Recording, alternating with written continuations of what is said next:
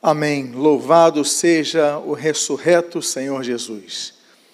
Nós hoje vamos falar naturalmente sobre o tema que estamos celebrando, a igreja celebra neste domingo. E estamos aqui no contexto da Páscoa judaica. E hoje eu quero falar sobre as 7 Páscoas.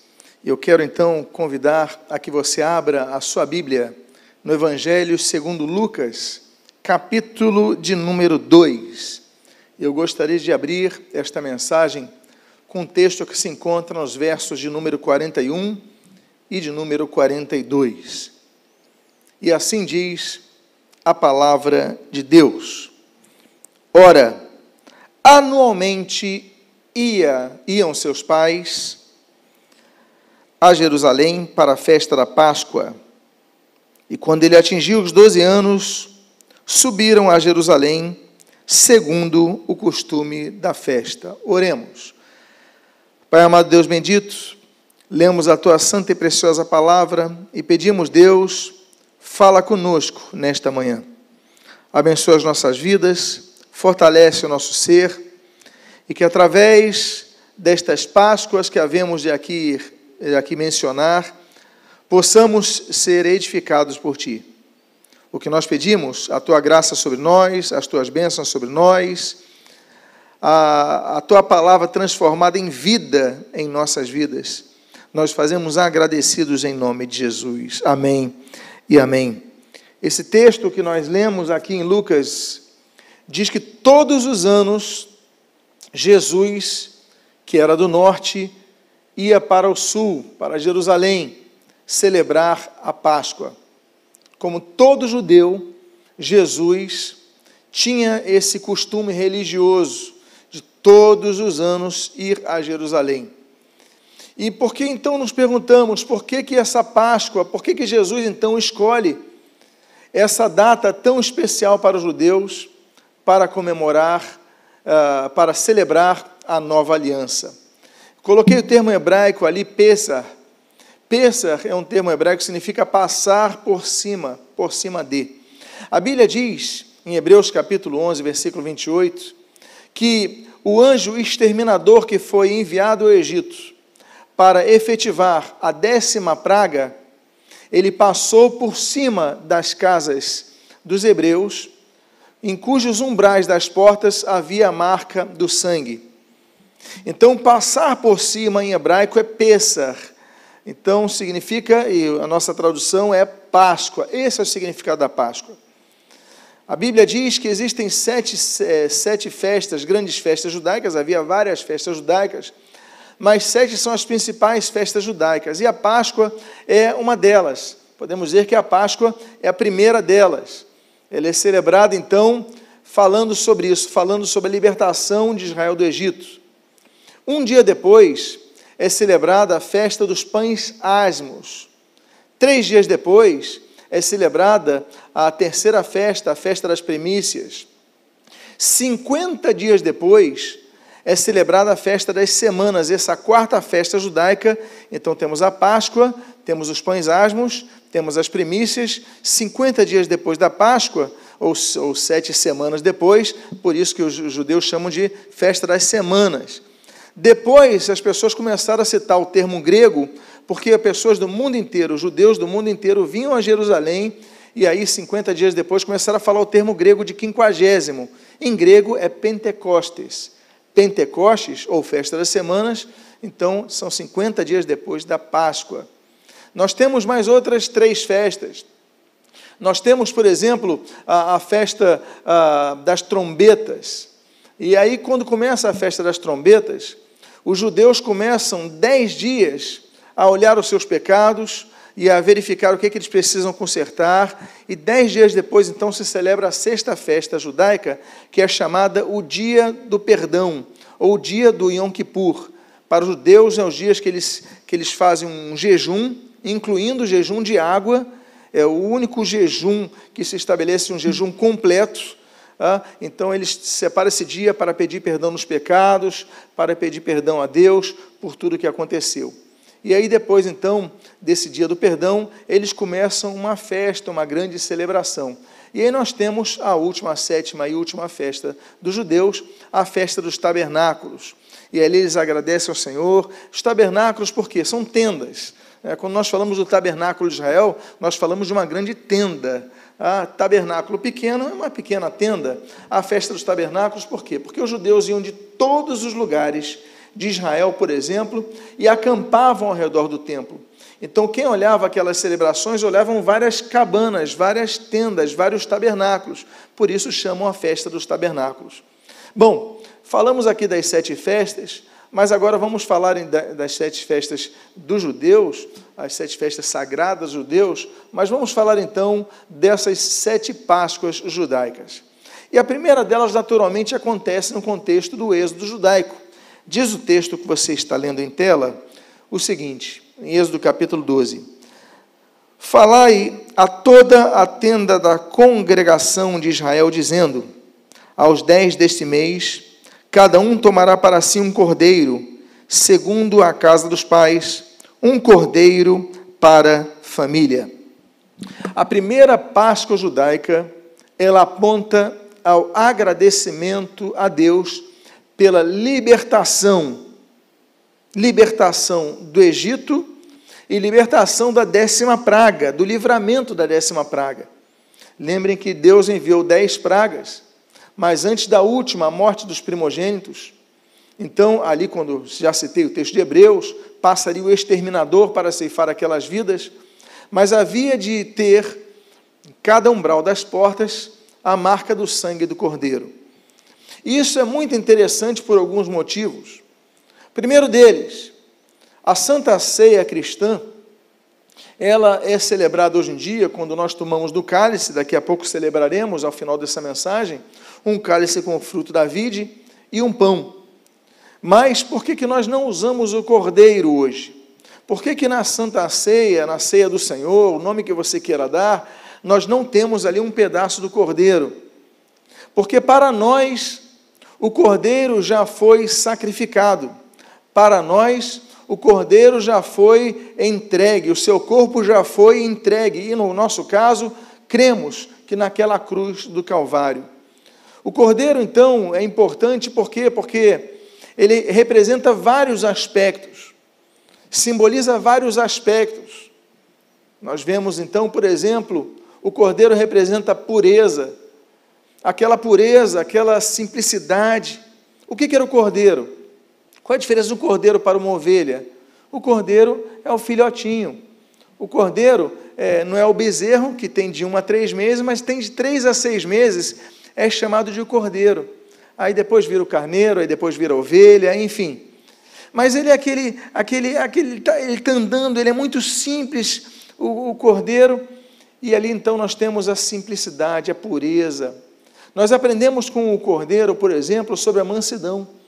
O Senhor Jesus mesmo, ele diz, olha, quando ele fala em vinde a mim, todos vós que estáis cansados, sobrecarregados, vos aliviarei, Mateus capítulo 11, versículo 28, mas logo depois ele falou o seguinte, olha, aprendei de mim, que sou manso e humilde de coração, e aí vocês vão encontrar descanso para vossas almas. Jesus, ele diz para olharem para ele e aprenderem com ele. Jesus não nos deixou uma enciclopédia com vários volumes escritos. Jesus nos ensinou a lei da observação. O Senhor Jesus, ele disse, olha, querem conhecer os discípulos? Pelos frutos vos conhecerão. Que frutos? Pelo estilo de vida vos conhecerão. Quando Jesus fala para olharmos para ele, que era manso, nós devemos aprender que nós devemos buscar essa mansidão. Sei que não é fácil. Sei que não é fácil, mas é aquela guerra que o apóstolo Paulo diz, que é aquela guerra interior que nós devemos lutar diariamente. É o homem exterior contra o homem interior. É a vontade da carne contra a vontade do Espírito. E ser manso não é fácil. Principalmente nos momentos que nós somos atacados, que nós somos perseguidos. Mas é algo que nós devemos aprender. E eu digo mais, aprender diariamente. O reformador Martinho Lutero, ele dizia que, olha, eu pensei que eu sepultei o meu velho homem no batismo, mas todo dia eu vejo que ele se reergue, que ele está vivo, e nós todos os dias temos que lutar com isso. O cordeiro representa outra coisa, além de pureza, além de mansidão. O cordeiro representa, por exemplo, congregacionalismo, a importância de nos congregarmos.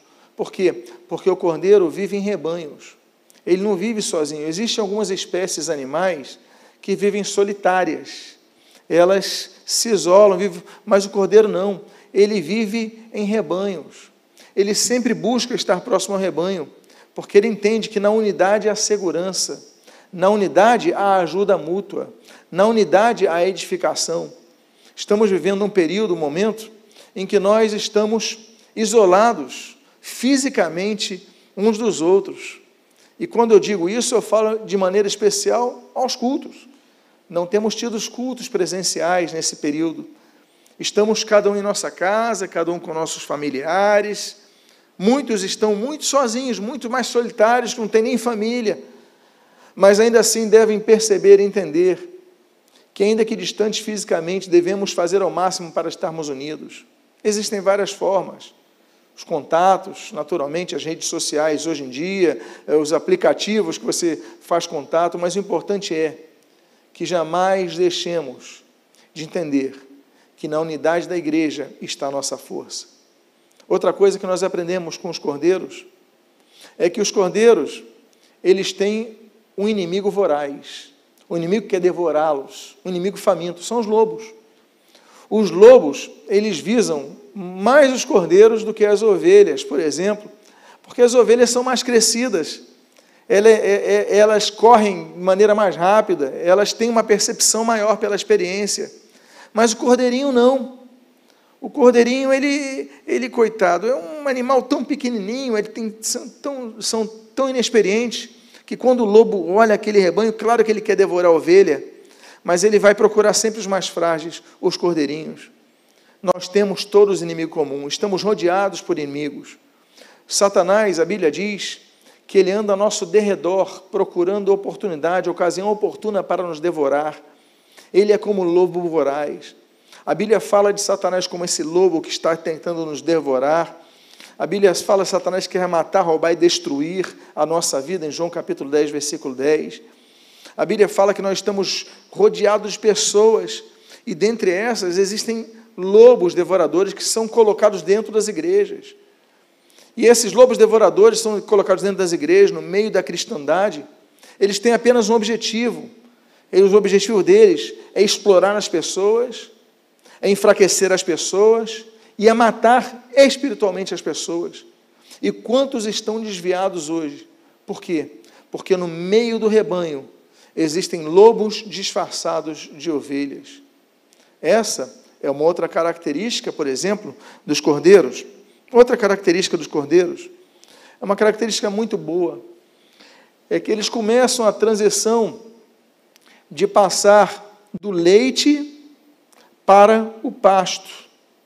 Eles começam a transição de mudança, de uma mudança na vida. Eles estão se tornando carneiros ou estão se tornando ovelhas, mas eles estão crescendo, eles começam a deixar o leite e começam a buscar o alimento nos pastos verdejantes. Eles começam a ver, ali está mais verde, eu vou lá porque ali tem mais nutrientes para mim. E esse é um aprendizado que nós devemos ter, porque o Cordeiro nos ensina isso. Nós devemos sim passar a nossa vida, nossa caminhada cristã, nós devemos aprender a tomar o leite. Como crianças espirituais, convertidos a Cristo, começando a caminhada com Cristo, devemos beber do leite, entender que todo momento devemos beber daquele leite, e o leite não é apenas para domingos pela manhã, domingos pela noite, terças e quintas-feiras à noite, dias de horários de culto, não. O bebê não tem um relógio, o bebê não tem um cronômetro. O bebê, quando ele tem fome, ele grita, não é assim? Ele começa a chorar, não é assim que ele faz? A todo momento. Não tem hora, pode ser no início da manhã, no meio da tarde, no início da tarde, ele está buscando aquele seu alimento. Nós devemos ser que nem essas crianças em nosso início de caminhada cristã. Mas chega um momento, como o apóstolo Paulo, ele diz, olha, vocês já não deviam estar tomando leite, vocês já deviam estar tomando um outro tipo de alimento, um alimento mais forte. Vocês precisam crescer, vocês precisam desenvolver, vocês precisam começar a comer do pasto verdejante. E nós, então, aprendemos com os cordeiros que nós devemos procurar alimentos cada vez mais sólidos. Devemos, então, procurar nos tornarmos ovelhas do rebanho de Cristo e não apenas ficarmos como cordeiros. Porque quando nos tornamos ovelhas, nós começamos a dar, não apenas a receber. Por exemplo, algumas coisas que a ovelha dá. A ovelha dá leite. Por exemplo, o carneiro não tem condição, ele é novinho, mas a ovelha dá leite, ela alimenta outras pessoas. Nós devemos ser pessoas que alimentam outras vidas, que abençoam outras vidas, que discipulam outras vidas, que ensinam outras vidas, que pregam para outras vidas. Nós devemos aprender com o Cordeiro, estamos falando do Cordeiro da Páscoa, nós devemos aprender que nós devemos oferecer alimento para outras vidas. A igreja não é um auditório. A igreja não é uma organização simplesmente que tem um CNPJ, tem um endereço, tem paredes, tem uma placa com o nome de sua denominação no letreiro. Não, a igreja é mais do que isso. A igreja é um corpo vivo de pessoas que transformam vidas, que são transformadas e visam transformar vidas pelo poder do Evangelho.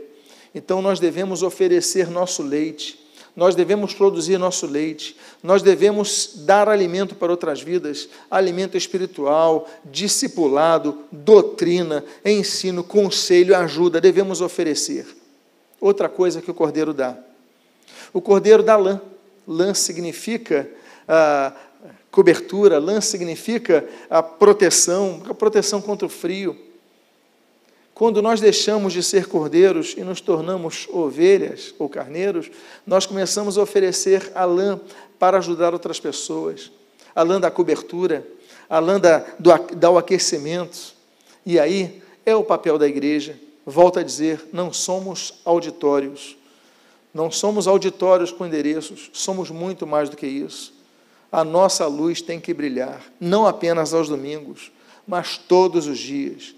Devemos ser cristãos não apenas aos domingos, mas todos os dias. Devemos ser bênçãos para outras vidas, não apenas nos domingos, mas todos os dias. E por fim, a última coisa que o carneiro dá. O carneiro ele vai crescendo, vai se desenvolvendo, mas ele oferece a coisa mais especial que ele pode oferecer, a máxima coisa que ele pode oferecer, é aquilo que ele ofereceu lá no Egito, nesse texto de Êxodo, capítulo 12. A sua própria vida, a sua própria carne, em substituição.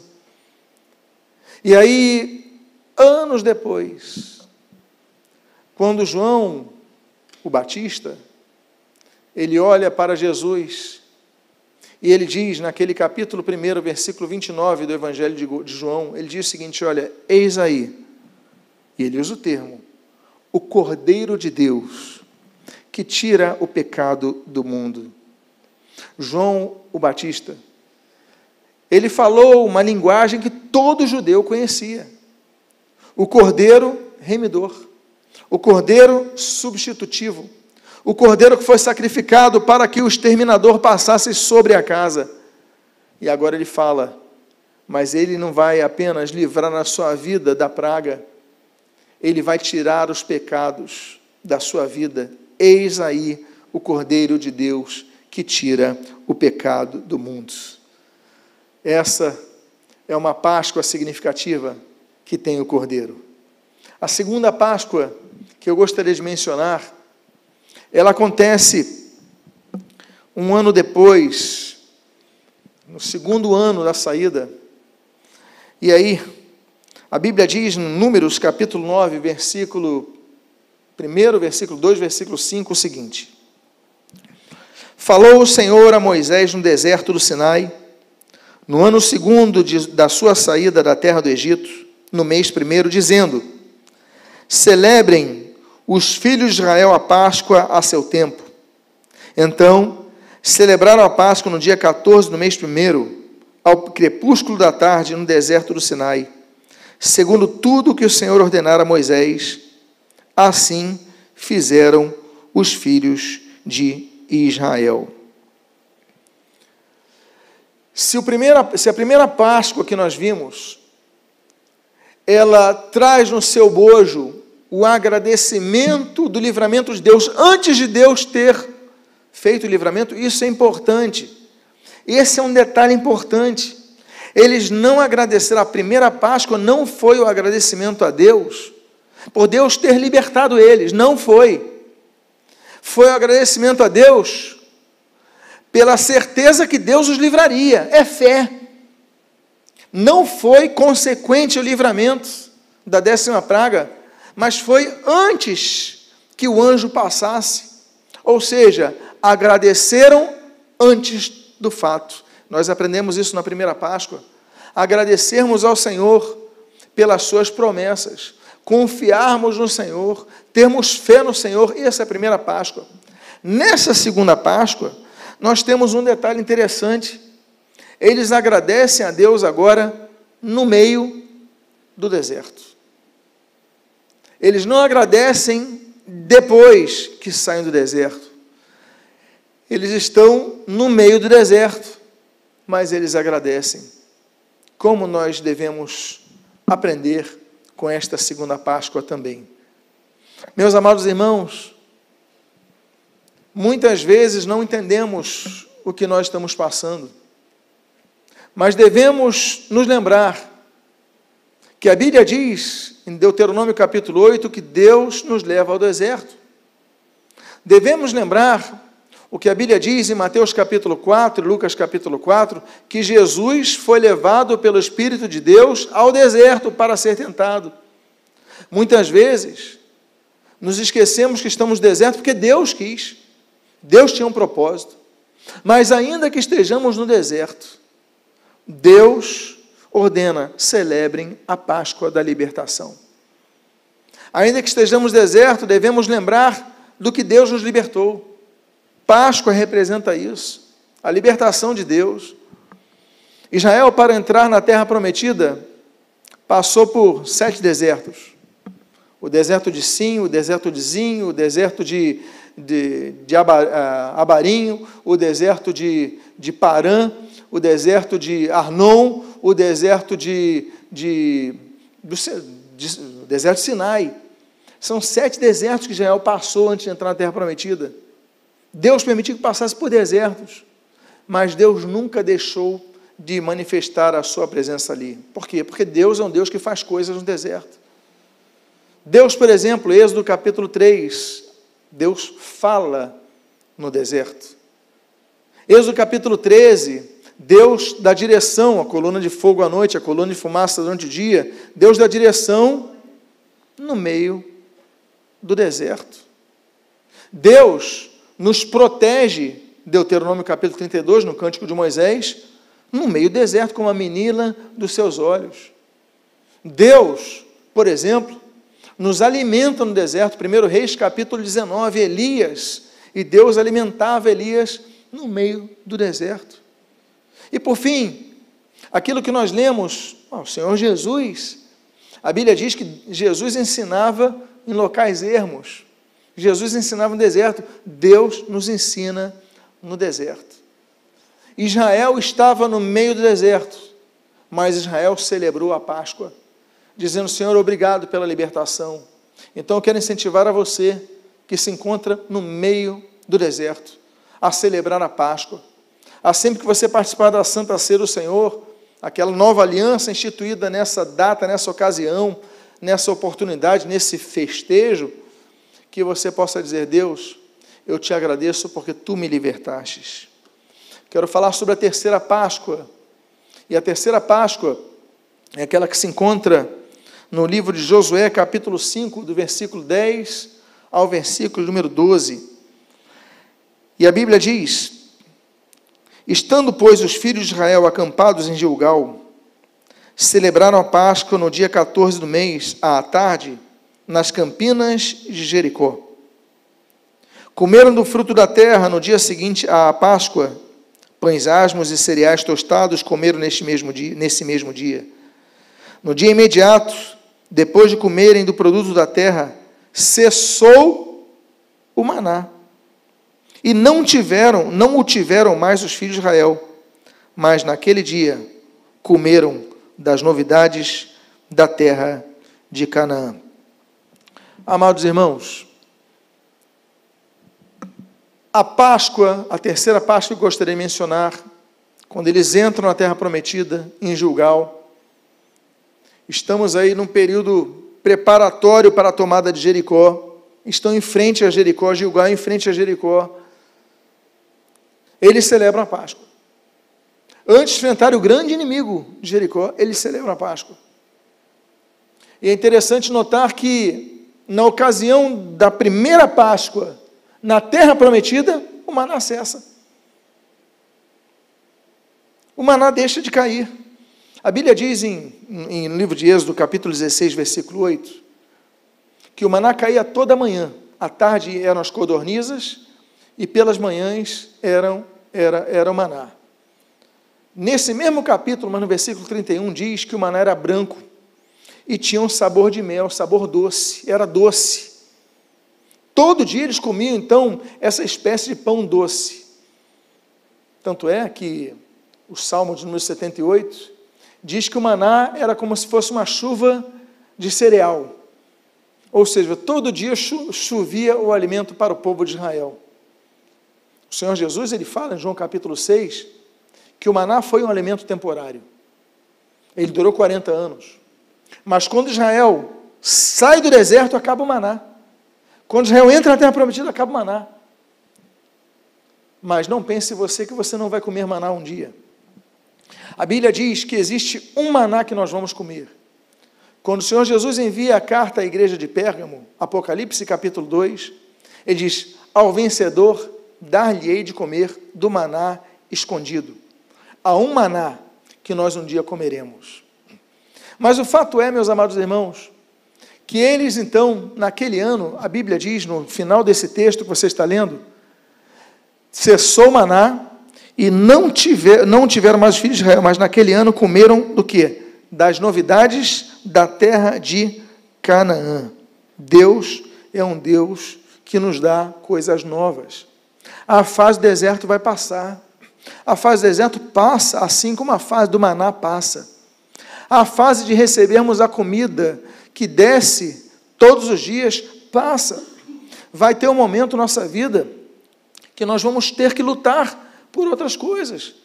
Vamos ter que semear, arar a terra, vamos ter que preparar a terra, vamos ter que cuidar melhor do nosso... Nós temos que cuidar do nosso gado, nós temos que cuidar de tudo. Por quê? Porque não vamos ficar dependendo o dia inteiro, todos os dias do maná. Um dia voltaremos a comê-lo, mas não agora. O fato é, amados irmãos, que Deus é um Deus que nos permite que vivenciemos coisas novas.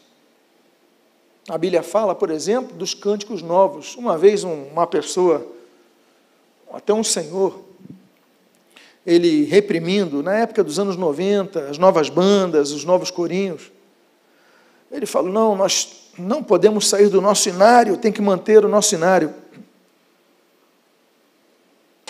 Temos que manter apenas aqueles hinos do inário, da harpa cristã. E eu fiquei pensando, como é que eu respondo a este senhor? Porque, em primeiro lugar, o inário e a harpa não são Bíblia, não são fechados. Segundo lugar, porque só os corinhos daquela época. E terceiro lugar, a Bíblia diz, no livro de Salmos, capítulo 40, cantai ao Senhor um cântico novo. Nós devemos cantar ao Senhor cânticos novos. Então nós devemos sempre louvar a Deus. Se Deus te der um corinho no meio do dia, comece a cantar a Deus, comece a fazer novas composições. Devemos cantar a Deus um cântico novo. Deus é um Deus que nos dá outra coisa nova. A Bíblia diz, por exemplo, no Salmo 51, Deus nos dá um coração novo. A Bíblia diz, por exemplo, em Ezequiel, que Deus nos dá Ezequiel 18, um espírito novo. Ele quer nos dar um coração novo, um espírito novo em nosso coração. O Senhor Jesus, ele quando manifesta o seu ministério na terra, logo depois de ser batizado, ele tinha cerca de 30 anos de idade, a Bíblia diz que Jesus vai num casamento, acaba-se o vinho, e Jesus faz algo novo, ele transforma a água em um vinho novo. Por quê? Porque Deus é um Deus que nos permite viver coisas novas. Não só isso, o início do ministério de Jesus começa com algo novo, ele oferecendo vinho novo, E no final do ministério de Jesus, Mateus capítulo 27, Jesus é sepultado, falamos de sexta-feira foi o dia da crucificação, né, a Páscoa. Jesus foi sepultado num sepulcro novo, José de Arimateia. Tinha separado aquele sepulcro e Jesus foi colocado ali. Por quê? Porque Deus é um Deus das coisas novas. Daí, por exemplo, nós temos uma nova vida que Deus nos dá. Romanos capítulo número 6, fala isso, nós andarmos de novidade em novidade de vida, coisas novas. Nós devemos ser uma nova criatura, segundo os Coríntios fala sobre isso. Deus é um Deus de coisas novas. Até um dia que nós receberemos um novo corpo, como diz 1 Coríntios capítulo 15, e moraremos no novo céu, nova terra, nova Jerusalém, Apocalipse capítulo 21. Essa Páscoa então nos mostra que eles começaram a celebrar a Páscoa quando a fase antiga passou, a fase do maná passou, e agora começou a nova fase de comerem, como diz o texto, no versículo 12, das novidades da terra de Canaã. Aprenda a comer das novidades da terra que Deus te colocou. Se adeque, aprenda. Deus quer te dar coisas novas. E você que está na sua casa, diga amém para isso.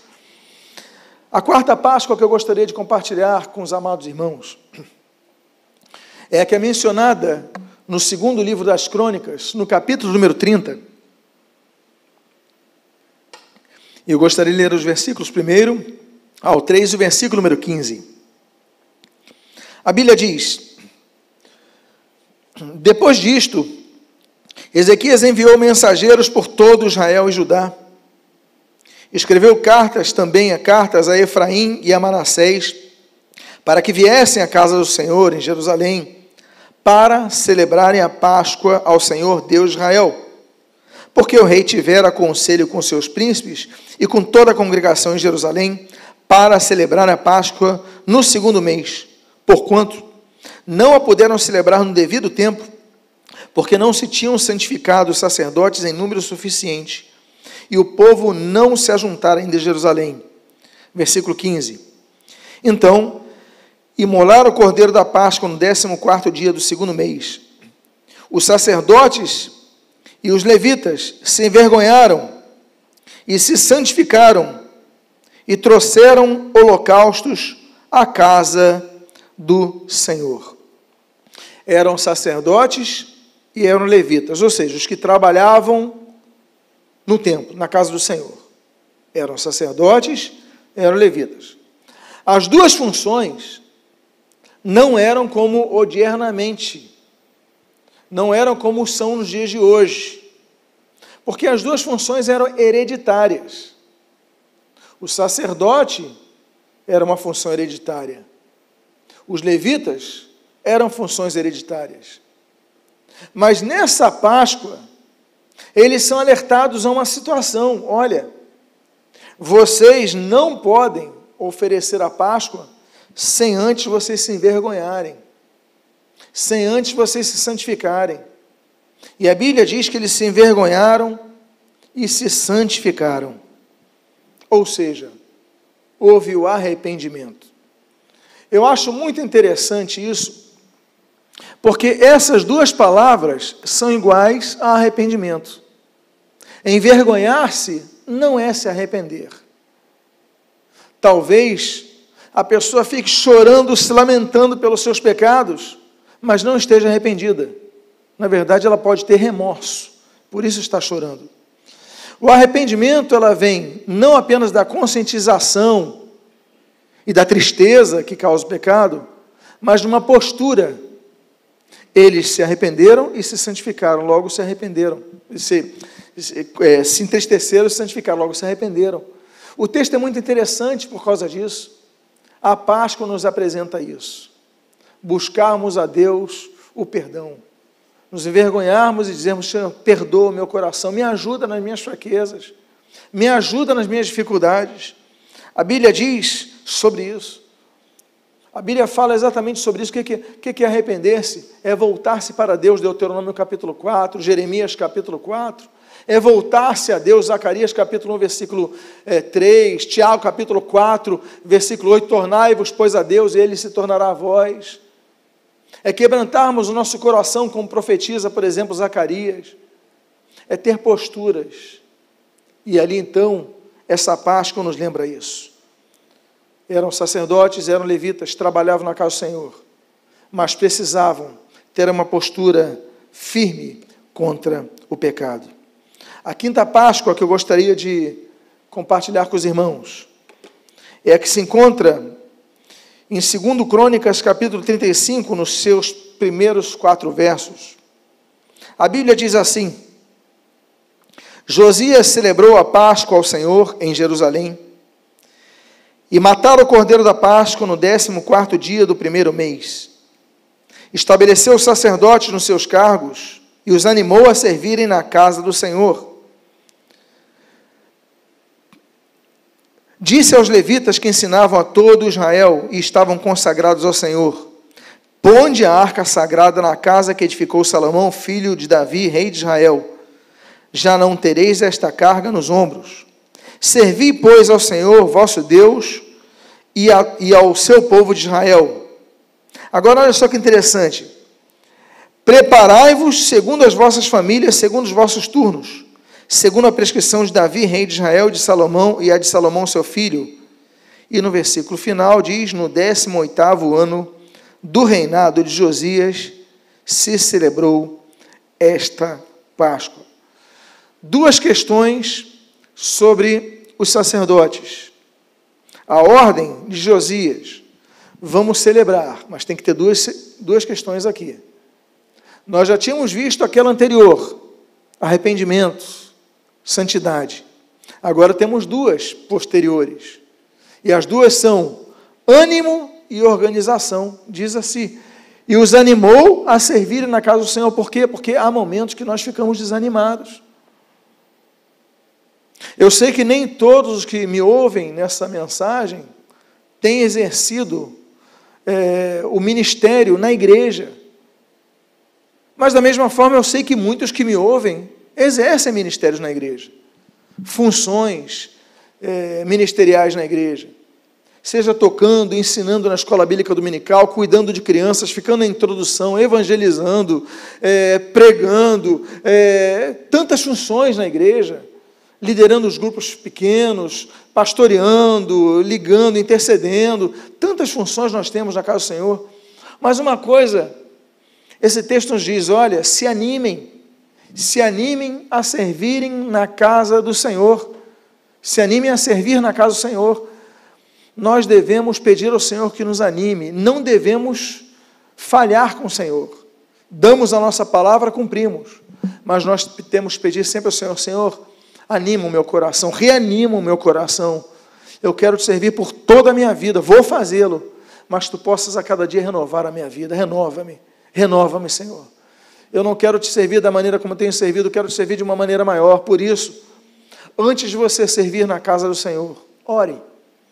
Porque há pessoas que não oram antes de servir. Há pregadores que não oram antes de pregar. Há músicos que não oram antes de tocar, eles só querem tocar, eles só querem pregar, eles só querem evangelizar, eles só querem ficar na introdução. Não. Por mais simples que seja a sua função no reino de Deus, no exercício eclesiástico, que você possa orar ao Senhor: Senhor, me perdoa, Senhor, me anima e Senhor, me usa, para que eu possa exercer o meu ministério com excelência, e que você possa fazer isso em sua vida. Essa Páscoa nos mostra isso. Eles deviam se animar. Mas eu falei que eram 2 coisas, eram 2 observações. A primeira é esse ânimo, mas a segunda, diz ali: segundo as vossas famílias, segundo os vossos turnos, segundo a prescrição de Davi. Ou seja, organização. A Páscoa devia ser celebrada, mas devia haver uma organização. O Senhor Jesus mesmo fala para os discípulos irem na frente, prepararem aquele cenáculo, o local da ceia.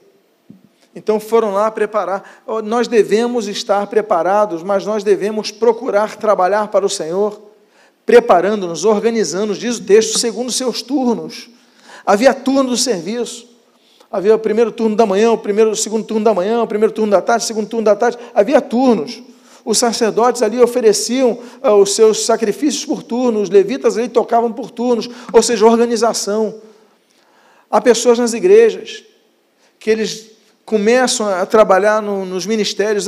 Eu dou meu nome para o berçário, e vai na primeira, não aparece na segunda vez. Sempre tem uma justificativa, me desculpa, não deu para ir, não deu para ir. Poxa, então é melhor que você saia da escala, para que entre alguém, para que não haja falha nas escalas. A Bíblia diz que a palavra do crente, do salvo, tem que ser sim, sim ou não. O que não foi isso procede do maligno. Por quê? Porque Deus quer firmeza na nossa palavra. Ou é sim ou é não. Não pode ser desculpa toda hora. Desculpa não deu, desculpa não deu, desculpa não deu. Então melhor não dar a palavra. Amados irmãos, segundo os vossos turnos, segundo a prescrição de Davi, rei de Israel, e de Salomão, seu filho, ou seja, vamos celebrar a Páscoa organizadamente, de maneira organizada. Tem que haver organização na casa do Senhor. Agora, isso não implica que seja fácil. Não implica que seja fácil. O último texto que você leu, diz ali, no 18º ano do reinado de Josias se celebrou essa Páscoa. 18 anos de dificuldade, mas ele consegue exercer a Páscoa. Por quê? Aos que gostam de estudar a simbologia bíblica, o número 18 representa a adversidade. Por quê? Por alguns motivos, alguns textos nós podemos usar aqui. Juízes 3 mostra que durante 18 anos Israel serviu a Eglon. Juízes 10 mostra que durante 18 anos Israel serviu aos amonitas. Período de opressão, período de dificuldade, número 18. Nós temos, por exemplo, 1 Reis capítulo 7, mostrando que as duas colunas do templo, Jaquim e Boaz, elas tinham 18 côvados de altura. Por quê? As pessoas falam, mas por que tem que ter 18? Porque nós sabemos da dificuldade de muitos para ir para a igreja, é uma dificuldade, surgem problemas, surgem situações que você vai desanimando, você não vai querendo ir, aí você tem que ir, tem que ir hoje, tem que ir agora, por quê? Porque a gente é desmotivado a todo tempo a ir à igreja, então a gente olha aquelas colunas e lembra, não, apesar das dificuldades, eu vou. O próprio Josias, 2 Reis, capítulo 23, ele celebra a Páscoa, depois ele vai para uma guerra. Para não perceberem que ele era rei, a Bíblia diz que ele se arma, se veste como um soldado, para que ninguém reconhecesse que era lei. Mas aí vai a flecha, pega no cara. Ou seja, dificuldades, quando a gente faz a obra de Deus, vem as lutas, vem as dificuldades. Aquela mulher citada por Jesus, Lucas capítulo 13, diz que aquela mulher, havia uma mulher que andava por um espírito maligno encurvada por 18 anos, mas Jesus a libertou. 18 anos, 18 tempo de dificuldade. Aí quando você vai somar o número da besta, do anticristo, a Bíblia diz que seu número é 666. E se você somar 6 mais 6, vai ter que número? 18. Período de dificuldade. Esse período passa. A Páscoa, 18 anos, aí ele consegue a Páscoa. O importante é que você entenda que o Senhor está contigo no meio da adversidade e você não desanime. A penúltima Páscoa que eu gostaria de compartilhar nesta manhã é a que se encontra no livro de Esdras, capítulo 6, versículo 15 e 16, versículos 18, 19 e 20. Diz assim a palavra de Deus: Acabou-se esta casa no terceiro dia do mês de Adar, no 6º ano do reinado do rei Dario. Os filhos de Israel, os sacerdotes, os levitas e o restante dos exilados celebraram com regozijo a dedicação desta casa de Deus. Estabeleceram os sacerdotes, olha só de novo, nos seus turnos, organização. E os levitas, olha aqui, o que diz de novo? Nas suas divisões, para o serviço de Deus em Jerusalém, segundo o que está escrito no livro de Moisés. Os que vieram do cativeiro celebraram a Páscoa no dia 14 do primeiro mês, porque os sacerdotes e os levitas se tinham purificado como se fossem um só homem, e todos estavam limpos. Mataram o cordeiro da Páscoa para todos que vieram do cativeiro, para os sacerdotes, seus irmãos e para si mesmos. Eu quero destacar uma frase nessa Páscoa, nessa sexta Páscoa, que diz ali: se tinham purificado como se fossem um só homem, e todos estavam limpos. Eu volto a frisar a questão da importância da unidade da igreja. Quanto mais unidos formos, mais fortes seremos. Se você se unir com pessoas que não têm uma vida com Deus, que não demonstram uma vida com Deus, que não buscam a Deus, você pode ser corrompido por essas pessoas. A Bíblia diz em 1 Coríntios capítulo 15, que as más conversações corrompem os bons costumes. Conversações no grego, nesse caso aqui, é homilia. Homilia vem de homilos, no grego, que significa multidão, ou seja, algumas traduções, elas colocam as más companhias, corrompem os bons costumes. Quando você anda com pessoas incrédulas, elas começam a colocar dúvidas na sua cabeça, minando a sua fé. Quando você começa a andar com pessoas murmuradoras, elas começam a colocar reclamações na tua cabeça e você começa a murmurar. E quando as pessoas, você começa a andar você começa, querendo ou não, a receber uma massa de influência muito forte na sua vida. Eu não sei se alguém aqui gosta de sociologia, mas quem aqui já estudou um pouco de Max Weber, vai entender quando ele falava do poder da multidão sobre o indivíduo. A massa influencia vários aspectos do indivíduo. O meio ambiente influencia. E nós devemos então fazer o quê? Seguir o conselho. O próprio Salmo 1, não nos assentarmos com os pecadores, não andarmos no caminho dos pecadores, daqueles que ficam falando contra a nossa fé, aqueles que ficam murmurando. Nós temos que nos separar disso, temos que seguir o conselho do provérbio, capítulo número 13. Anda com sábios e serás sábio, mas aquele que anda com os tolos se tornará tolo. Ou seja, a decisão é nossa. O texto diz, nessa Páscoa, olha, eles se uniram como se fosse um só homem, e ali todos estavam limpos, purificados, porque um vai ajudando o outro, um vai levantando o outro. Aquilo do cordão de 3 dobras, ele fica mais forte. Anda com pessoas que têm luz na sua vida, anda com pessoas que amem a palavra de Deus, amem com pessoas que tenham frutos de uma vida, que tem o Espírito Santo ali, que você vai ser bem influenciado, não influenciados negativamente como 1 Coríntios capítulo 15, mas influenciados positivamente como Provérbios 13, ou seja, busca andar com essas pessoas, porque a Bíblia diz que os sacerdotes estão, um foi animando o outro, vamos lá, vamos ouvir, vamos fazer isso, vamos orar, vamos buscar o Senhor, vamos manter firme diante da tentação, cada um vai ajudando o outro, e diz a Bíblia que eles tinham se purificado como se fosse um só homem, e ali participaram da Páscoa. E por fim, a 7ª Páscoa que eu gostaria de mencionar nesta manhã, não podia deixar de ser outra. Aquela Páscoa ocorrida em Jerusalém. O texto de Mateus capítulo 26, do versículo número 17 a 30, diz: No mesmo dia da festa dos pães asmos, vieram os discípulos a Jesus e lhe perguntaram: Onde queres que te façamos preparativos para comeres a Páscoa? E ele lhes respondeu: Ide à cidade ter com certo homem e dizei-lhe: O mestre manda dizer: O meu tempo está próximo. Em tua casa celebrarei a Páscoa com os meus discípulos. E eles fizeram como Jesus lhe ordenara e prepararam a Páscoa. Chegada a tarde, pôs-se ele à mesa com os 12 discípulos. E enquanto comiam, declarou Jesus: Em verdade vos digo que um dentre vós me trairá.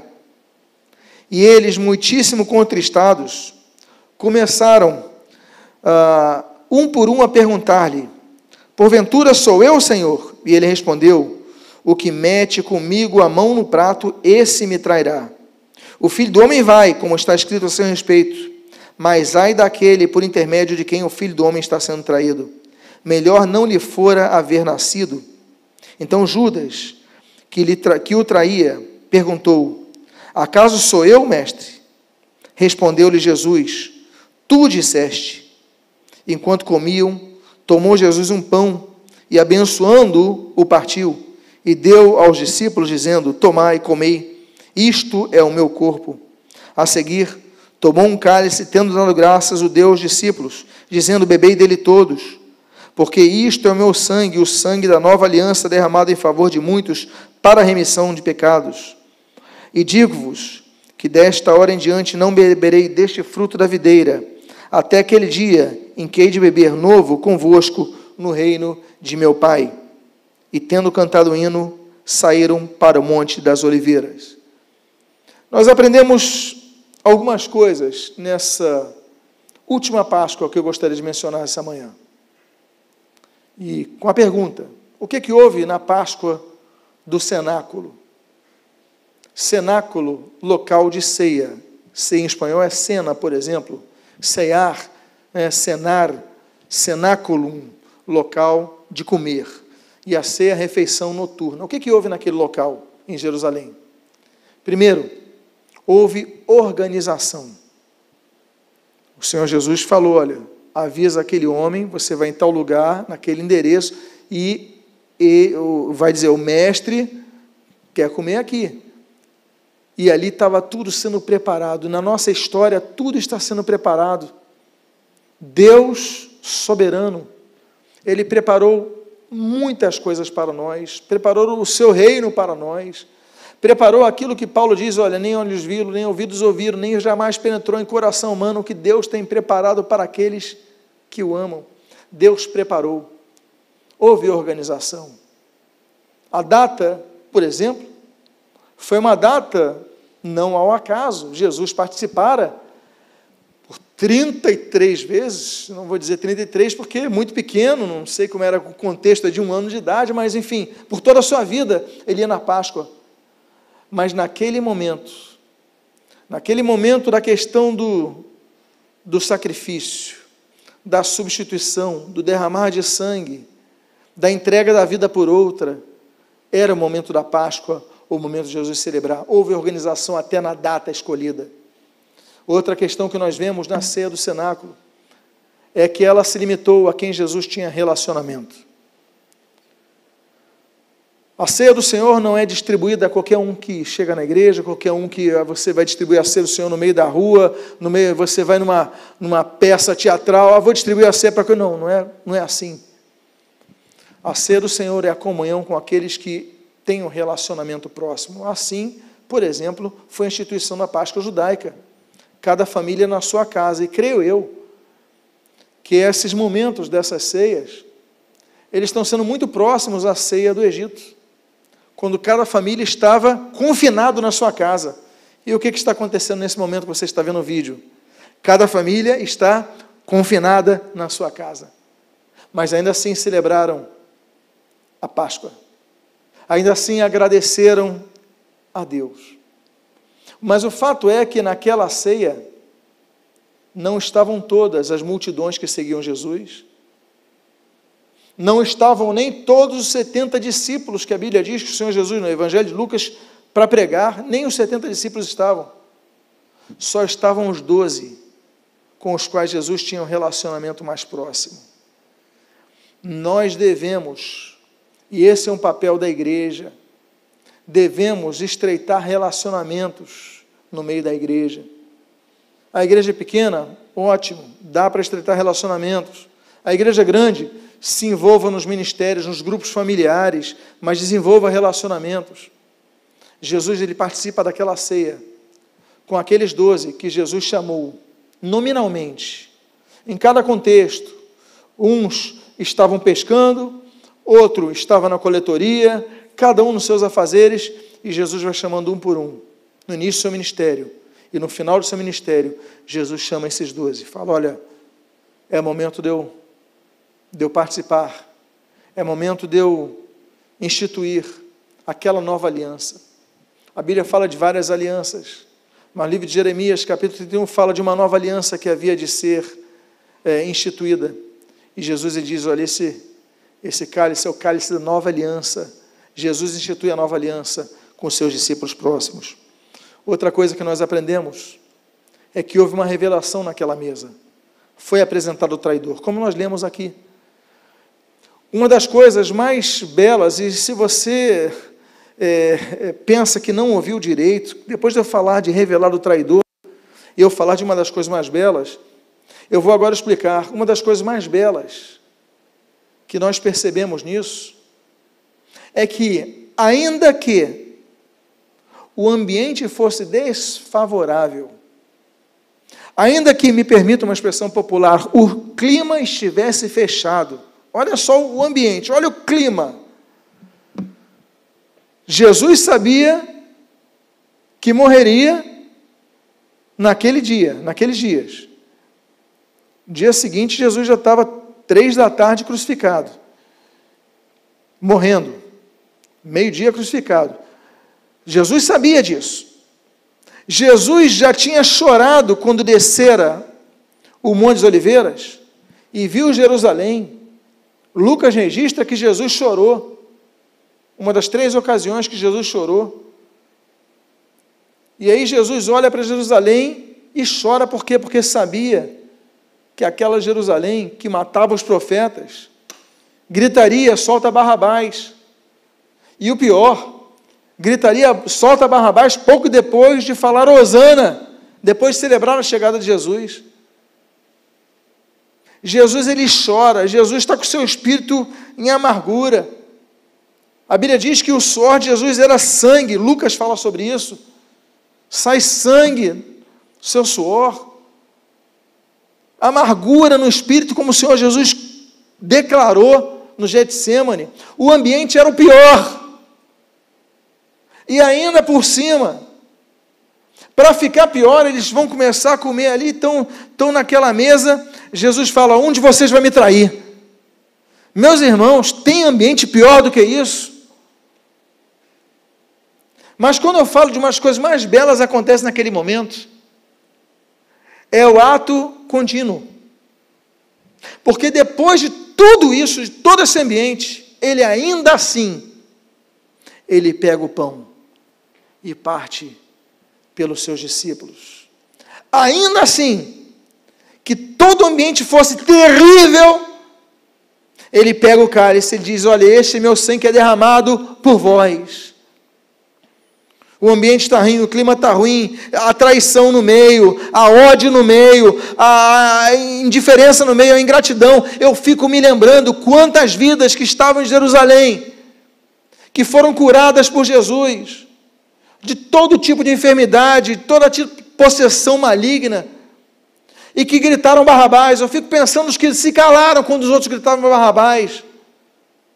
Ingratidão, traição, morte de um inocente, mas ainda assim, e a beleza de tudo isso é que ele foi fiel até o fim com a sua missão. Ele pegou o pão, partiu pelos seus discípulos, ele pegou o cálice e distribuiu aos seus discípulos, e ali nós temos então, meus amados irmãos, o grande aprendizado, que apesar de ser a noite da apresentação do traidor, foi a noite de demonstrar amor. Porque o amor, ele vai ser demonstrado nessas horas. Uma das coisas mais lindas. Houve bênção. Ele pegou o pão, diz a Bíblia que ele abençoou o pão. Eu quero te incentivar, inclusive hoje, nós teremos aqui, no culto de hoje, uma entrevista com um pastor que é judeu, criado no ambiente judaico, dedicando anos de sua vida na evangelização de judeus. Ele vai falar sobre essa bênção do pão, ele vai falar sobre a ceia. Eu quero convidar você a hoje às 7h da noite participar desse culto, e você vai entender um pouco mais sobre isso. Houve ação de graças pelo vinho, ele deu graças. Volto a dizer, o clima é o pior, mas ele dá graças. Quantos de nós conseguimos dar graças no meio do deserto? Quanto nós conseguimos? No meio do deserto, Deus fala, institua a Páscoa. Páscoa, obrigado, Senhor, pela libertação, mas estou no deserto, não estou na terra prometida. Mas essa gratidão é para olharmos para trás o que Deus fez por nós, e para termos fé no que Deus fará por nós. Houve o estabelecimento de uma nova aliança. Houve a revelação do consolo que nós teremos das bodas do Cordeiro. Um dia, nós cearemos com o Senhor Jesus nas bodas do Cordeiro. E por fim, houve louvor. O ambiente ruim não nos impedirá de louvar a Deus. As dificuldades não podem nos impedir de louvar a Deus. Atos capítulo 16, Paulo e Silas estavam presos em Filipos. Mas diz a Bíblia que à meia-noite eles cantavam louvores ao Senhor. Como se pode cantar louvor preso, injustamente ainda por cima? Eles cantavam louvores do Senhor e Deus trouxe libertação àqueles homens. E o carcereiro se converte. E nós temos as duas primeiras conversões, o cerne da igreja na Europa, a primeira igreja na Europa. A Lídia, comerciante, e o carcereiro e sua família. E ali começa o evangelho surgindo para a Europa, e da Europa se expande também para todo o Ocidente. Por quê?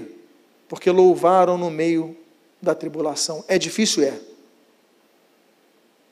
O Senhor Jesus viveu um momento que chorara amargamente, mas depois que terminou a ceia, ele celebra, ele falece a nova aliança. A Bíblia diz que eles louvaram ao Senhor. Diz a Bíblia no versículo 30, e tendo cantado o hino, saíram para o Monte das Oliveiras. Eu quero convidar a você que está na sua casa, a que você, por favor, se coloque de pé nesse momento. Se você tem os elementos, se você tem o seu cálice, ou se você tem o seu pão, e se você tem o seu pão, que você possa pegá-los. Se você não tiver, não há problema, coloque a mão no seu coração como sinal. Mas eu gostaria de fazer uma oração nesse momento, agradecendo a Deus. Pai amado, em nome de Jesus, falamos nesta manhã sobre 7 Páscoas. Aprendemos tanto sobre estas 7 Páscoas, mas o ápice de tudo é que esses 2 elementos, eles apontam para o elemento principal, que era o Cordeiro. O Cordeiro cujo sangue foi colocado nos umbrais da porta, de Êxodo 12, o Cordeiro de Deus que tira o pecado do mundo, de João capítulo 1, versículo 29. O Cordeiro que a Bíblia descreve como o Senhor Jesus em Apocalipse capítulo número 5. A pergunta, lá no Monte Moriá, Abraão e Isaac, e a pergunta daquele Isaac é: onde está o Cordeiro? E nós temos a resposta: Jesus é o Cordeiro que tira o pecado do mundo. Obrigado, Pai amado. E agora, Pai, consagrando os elementos, comeremos do pão, agradecidos porque o pão é o corpo de Cristo. E o que nós o fazemos agora em nome de Jesus.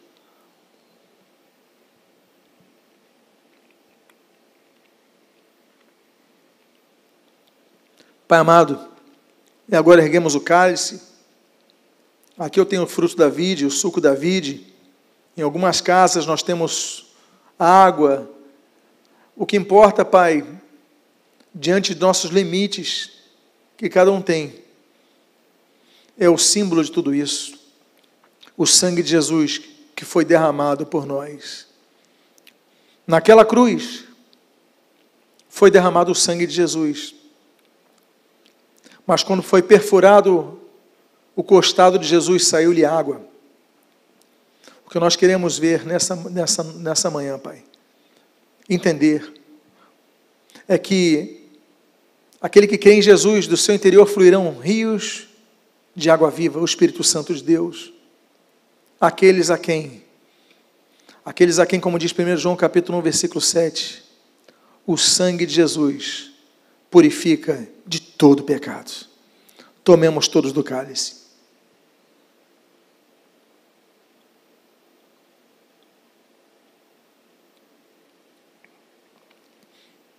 Pai amado, nós te glorificamos e nós te agradecemos pela palavra que ministrastes ao nosso coração.